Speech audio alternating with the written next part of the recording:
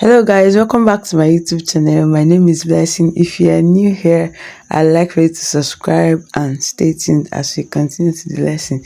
So today I want to talk about Facebook magic button.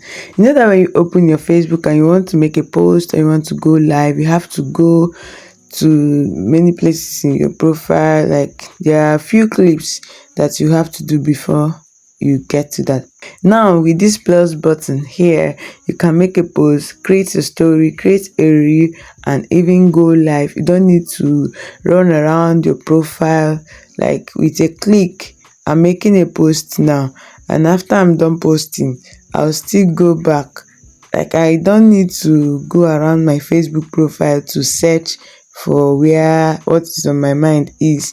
Maybe if I'm down somewhere, or if I want to create a story, I'll start struggling to find where to tap to create my story.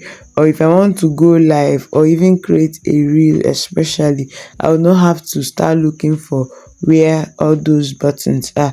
With this plus button, I call it Facebook magic button because with it I can easily create like real post, go live, and post my story. So if you have not seen it on your own Facebook, maybe you have to update your Facebook. So kindly go on to Google Play Store and update your Facebook so that you can have access to this Facebook magic button. So if you're already using it and enjoying it, how do you find it? Like for me, I find it so cool. Like it's one of the cool features of my new updated Facebook.